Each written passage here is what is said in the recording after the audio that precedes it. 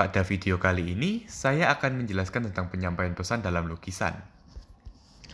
Penyampaian pesan dalam lukisan menjadi sesuatu yang sangat umum untuk dilakukan oleh para pelukis. Biasanya, penyampaian pesan ini terbagi dalam dua kelompok, yaitu penyampaian pesan yang dilakukan secara eksplisit dan penyampaian pesan yang dilakukan secara implisit. Penyampaian pesan yang secara eksplisit merupakan sebuah pesan yang disampaikan secara langsung oleh pelukis sesuai dengan apa yang digambarkan olehnya, yang berarti penyampaian pesan yang dilakukan menggunakan visual secara terus terang. Sedangkan penyampaian pesan secara implisit adalah sebuah pesan yang disampaikan secara tidak langsung atau tergambarkan dalam lukisan namun dengan detail yang tidak begitu terlihat, yang berarti detail-detail yang tidak terlihat ini merupakan sebuah pesan tersembunyi yang ingin disampaikan oleh sang pelukis.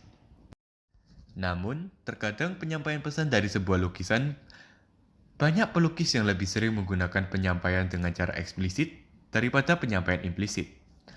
Hal itulah yang akan kita bahas dalam dua lukisan yang saya ambil dari dua museum yang ada di Indonesia. Lukisan pertama merupakan sebuah lukisan karya Ivan Sagita yang berjudul Prosesi. Dan lukisan kedua merupakan sebuah lukisan karya Joko Peki yang berjudul Manten. Sebelum masuk ke topik pembahasan, akan lebih baik jika kita mengetahui informasi dari lukisan dan pelukis yang akan kita bahas.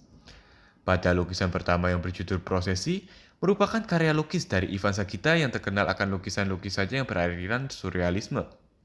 Ivan Sagita sendiri dikenal sebagai seorang pelukis yang sering menggunakan teknik realistik untuk membuat gambarnya menjadi realistis. Pada lukisan kedua yang berjudul Manten, merupakan karya lukis dari Joko Peki yang terkenal dalam mengangkat tema yang berbeda dengan kebanyakan pelukis dari masanya.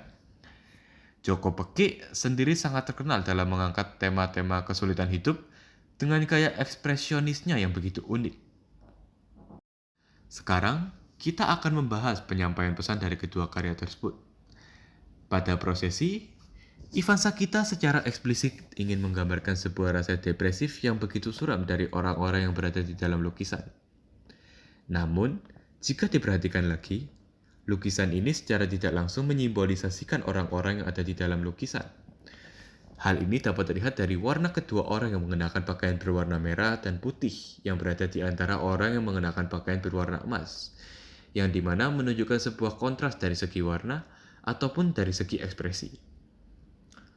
Orang yang berpakaian putih menunjukkan rasa depresif yang ditunjukkan secara tertutup, seakan dia sudah lelah sekaligus bosan dengan ketidakadilan dalam hidupnya yang tergambarkan dalam rasa kehilangan orang terpenting dalam hidupnya.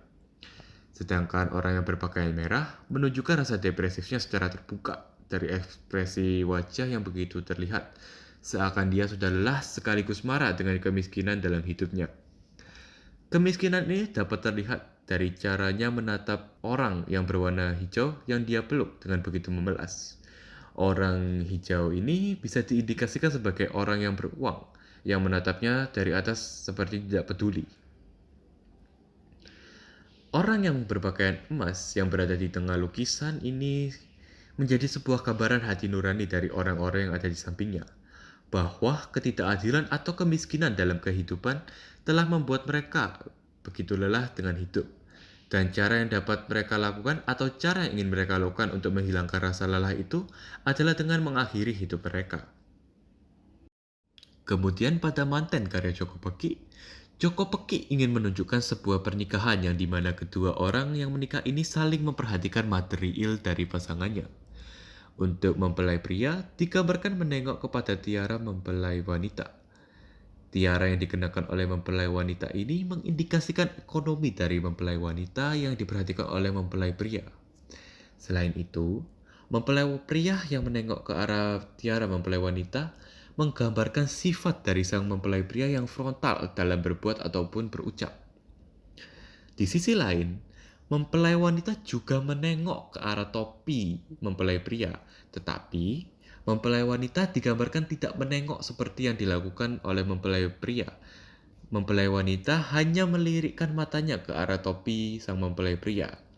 Ini sekaligus menunjukkan sifat mempelai wanita yang waspada dan selalu berhati-hati dalam berucap ataupun berbuat. Kemudian, secara sejarah, orang Jawa kuno tidak pernah mengenal istilah warna biru. Sedangkan Joko Pekik menggunakan warna biru pada topi yang dikenakan oleh mempelai pria. Ini mengindikasikan bahwa sang mempelai pria bukanlah asli keturunan Jawa, melainkan seorang pria yang berasal dari luar suku Jawa yang harus menikah menggunakan adat Jawa. Tetapi, topi berwarna biru ini bisa juga mengindikasikan perasaan sedih yang akan didapati oleh mempelai wanita. Terlebih lagi dari ekspresi cemberut yang dimiliki oleh sang mempelai wanita, yang dimana akan menunjukkan bahwa pernikahan kedua pasangan ini tidak akan berjalan lancar. Kesimpulan yang dapat kita ambil dari komparasi kedua lukisan ini adalah setiap pelukis memiliki pesan yang ingin disampaikan dalam lukisan mereka, dan bahkan pelukis itu sendiri ingin kita sebagai penikmat lukisannya ikut berpartisipasi atau berinteraksi dengan lukisan mereka dengan cara menyembunyikan detail-detail penting dalam lukisan sehingga secara tidak langsung memberikan hiburan sekaligus mengajak kita sebagai penikmat lukisan itu sendiri berinteraksi dengan lukisan. Sekian dari saya, terima kasih.